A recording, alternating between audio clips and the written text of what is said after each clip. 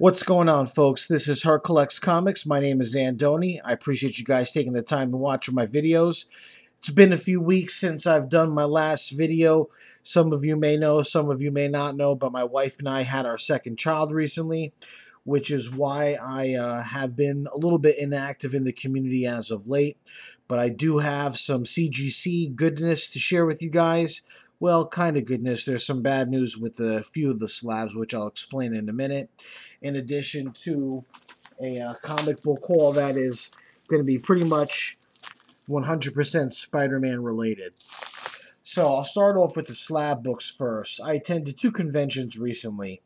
One this past May, which was the East Coast Comic Con, which is a great con here locally. I like attending a lot of the Jersey cons, because it's always easier to find parking than if I attend any of the cons in New York City. For example, this October, the New York Comic Con. But anyway, so I attended that convention, and there was a CGC third-party facilitator there who I basically got the books autographed and signed and witnessed with this particular group, and they submitted them to CGC. Then I submitted one book in July at the Garden State Comic Con, which is also a great convention. Two great cons here in New Jersey that are getting better with each year. And so the bad news is that the three that came back from what I submitted back in May at the East Coast Comic Con, two of those were regular books. One was a magazine-sized book. But the two regular books came back in the CGC cases that were having all of these problems. They did not contain the inner sealed well within the case that protects the book. So I emailed CGC this morning basically telling them that I would like to get these two books recased. I really like the idea of that inner well because it provides an extra piece of protection to your comic book. So sadly, two of these are going to be hopefully going back. This here is Teenage Mutant Ninja Turtles and Batman crossover that started December 2015 with DC Comics and IDW. This is the Dynamic Forces edition, Neil Adams variant, which I got signed by Neil at, again, the East Coast Comic Con, and happy that it came back a 9.8. This book here it has waviness, but not as bad as the next one. And I'm not going to really make an effort to try to show you guys the waviness. It's kind of one of those things where you could really only see best in person. And so trying to show you here, it's going to be very difficult. But I assure you, as a guy that's been collecting comic books and slab books for a few years now, this book, while you can't see it, does have some cases of waviness. Again, this one here is not as bad as the next one that I'm going to show you. But I'm very happy with this book. Beautiful signature placement by Neil Adams right here on the bottom. And I love this series. It was 6 issues. It just concluded this past May. And I thought that it was a very, very well done book by James Tynion and Freddie Williams II. So hopefully we'll have this sent back to CGC and it will be returned with the extra inner well that a lot of collectors desire their books to have, like the old cases prior to all of this nonsense that we've been dealing with now. This here is a fantastic series through Dynamite Entertainment. It was a James Bond series, the first story arc called Vagar, V-A-R-G-R, and it was a total of 5 issues, and this featured a very, very different James Bond. This James Bond was a kick-ass, no-nonsense James Bond. There was some serious graphic content in the fight scenes, which I absolutely loved because it was a very badass James Bond. This here is a Joe Jusko variant for the series, the naked cover. There was one that also had the 007, title and, writer, author, so on and so forth. So this is the naked variant with a beautiful Joe Jusko cover. I think that this book here really captures the James Bond that, we have all come to know and love. A fantastic, realistic looking, beautiful piece of artwork by the legendary Joe Jusko. Came back 9.8 with white pages, of course, typical for a modern book. But this is an absolutely beautiful slab by Joe Jusko. Very Bond-esque with the girl there and the silencer on the gun. So these two will have to go back. That James Bond book, again, while you can't see it, it has some serious waviness to it. And of course, my concern with sending it back and getting it regraded and recased is, does the 9.8 take a hit? Hopefully that will not happen. The other 4 books I was talking about, those came back with the same grade. They were not downgraded at all. What we have here was the 3rd book that I submitted, which is a Marvel graphic novel from 1992 called Spider-Man Fear Itself. This is a fantastic graphic novel, beautiful story that features a painted cover by Joe Jusko. As you can tell, I'm a big fan of his artwork. And this has a beautiful painted cover by Joe Jusko with the White Ninja, the Baroness, Silver Sable, Spider-Man. And this came back a 9.8 as well, which is a pretty good grade for a graphic novel. So very happy about that. So these are the 3 books that I submitted in May to the East Coast Comic Con. Last one here was something I submitted in July, and the key, probably the key guest artist, at the Garden State Comic Con was Kevin Eastman. And I had a number of books that I wanted to get him to autograph, but with the new baby coming, I could only submit so many. I only went with one. I tried to go with a book that I liked, but also standed a chance to come back with the highest grade possible. I had this particular book, A Fugitoid #1, pegged for a 9.2, 9.4. Came back with a 9.6 white pages. This is a book from 1985. It's an oversized book.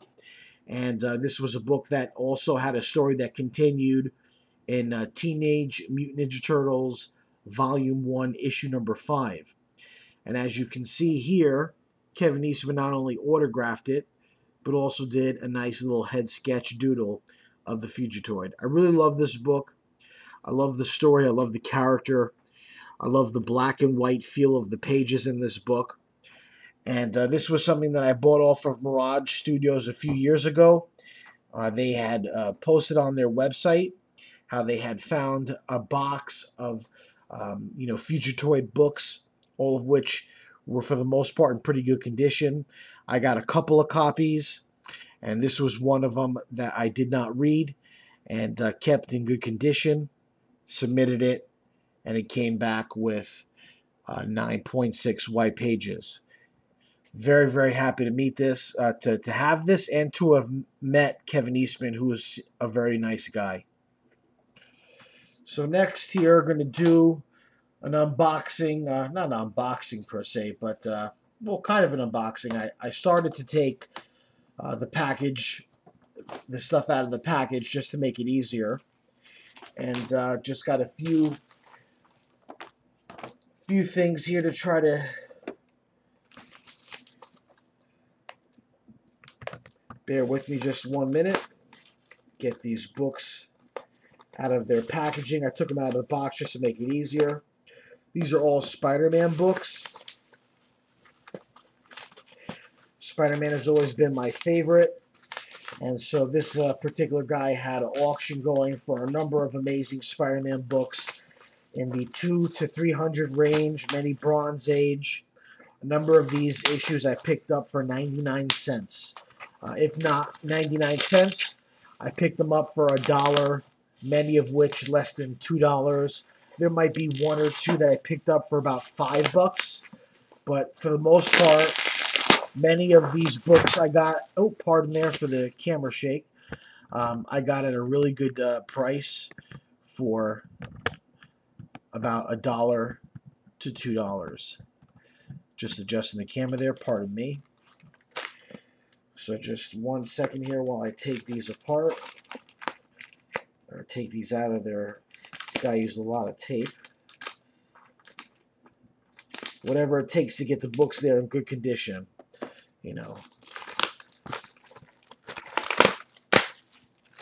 So that's the first batch.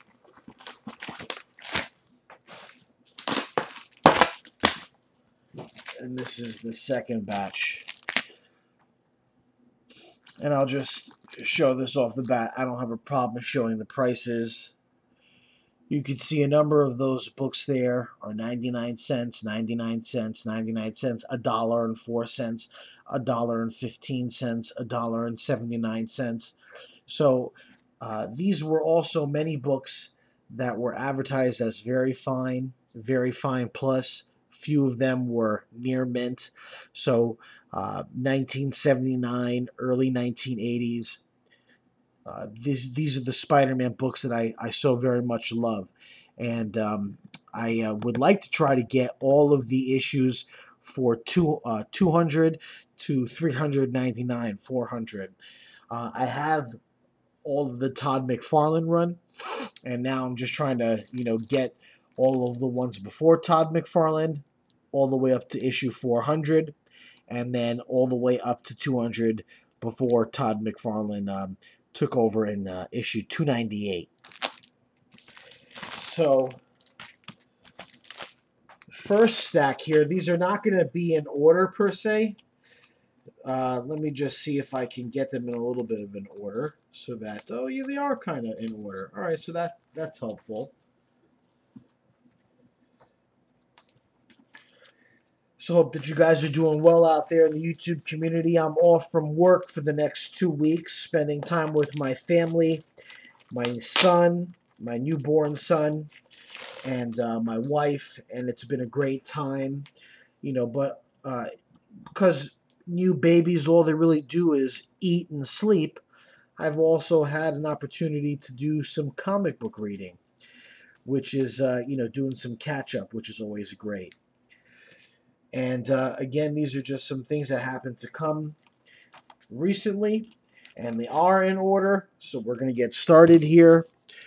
This is Amazing Spider-Man issue number 191, Battles the Menace of the Last Spider Slayer. And this looks like it's in pretty decent condition, very fine minus perhaps. There was another book that came before this or after this. I forget. I wasn't sure if it's issue 200 or issue 198, also featuring Mysterio, which I really wanted. Had a very attractive cover, but someone outbid me. This is issue 199. So now I got to try to get the other one. Issue 201, featuring art by John Romita Jr. And, or is it, no, pardon me, I think this is Romita Sr. I thought this was JR. Issue 201, featuring the Punisher and Spider-Man. Again, Punisher and the Spider-Man, issue 202. Both of these books I believe I got for 99 cents, and they're in pretty decent condition. The bags and board could stand to be upgraded, which I will do. I believe this is the second appearance of the Dazzler, Amazing Spider-Man number 203. I'm just adjusting the camera there a little bit, sorry. Beautiful cover here. Amazing Spider-Man 206. Peter Parker Goes Wild. Cover by Al Milgrom. This one here is John Romita Jr. Amazing Spider-Man number 208. Featuring the Fusion. Amazing Spider-Man 209 with the Craven appearance.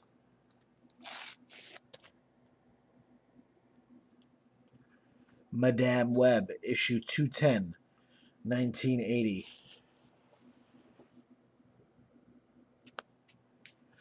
Another issue for 99 cents with the Submariner, the Amazing Spider-Man number 211.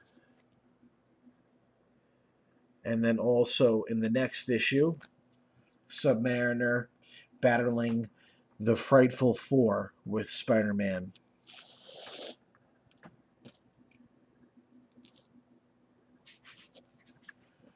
This is a cool cover here by Bob Layton featuring Moon Knight. think this was one of the books that I paid a little bit more than the others. I think I paid $5 for this, which I didn't really have a problem paying, considering that many of the other books I was getting at a good deal. Amazing Spider-Man number 222. Always loved this cover. Happy to finally get my hands on it. Also in pretty decent condition. Amazing Spider-Man number 227 featuring the Black Cat.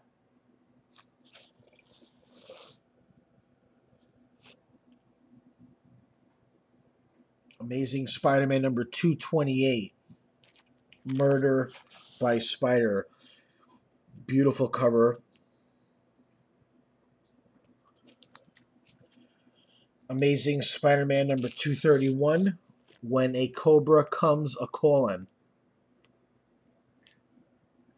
John Romita Jr. and Al Milgrom. Another one, John Romita Jr., Al Milgrom, featuring what I believe is Dr. Jekyll and Mr. Hyde. Issue number 232. The Tarantula. Amazing Spider-Man number 233. Kapow. I love Spider-Man. Amazing Spider-Man number 246. J. Jonah. Finally being able to get at the guy he hates the most. 247. Some common 2-bit thugs. The Puma. Issue 256.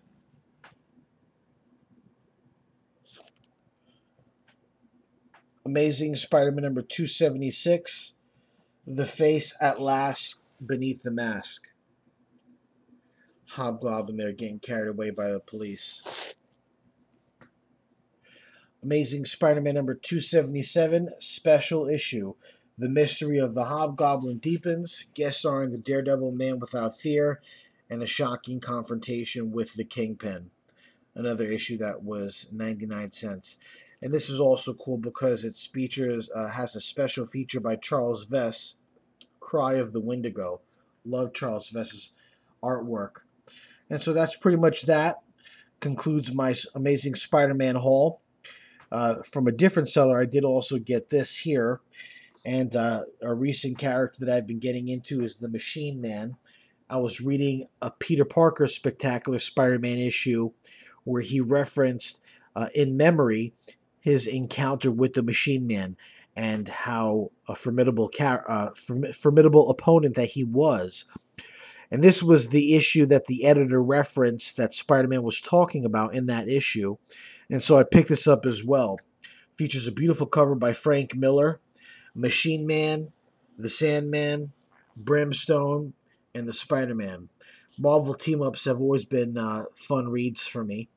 And because I've been getting into the Machine Man, I've been happy to pick this up. I love Spider-Man. Wanted to see how his tango with the Machine Man went down. And so that's that, my friends. I appreciate you watching my videos. Please like and subscribe. And also another quick tidbit here. I recently started a comic book collecting forum on Facebook called Comic Collectors Corner. I will provide a link for that in the below information. Please check us out. It's just a place for people to talk about comic books and to show off the things that they love collecting that are comic book related. Again, this is the Comic Collectors Corner. So please check us out. Hit the link below and you could join the group and show off your stuff, talk about comics with us. Thanks again, my friends. Catch you down the line.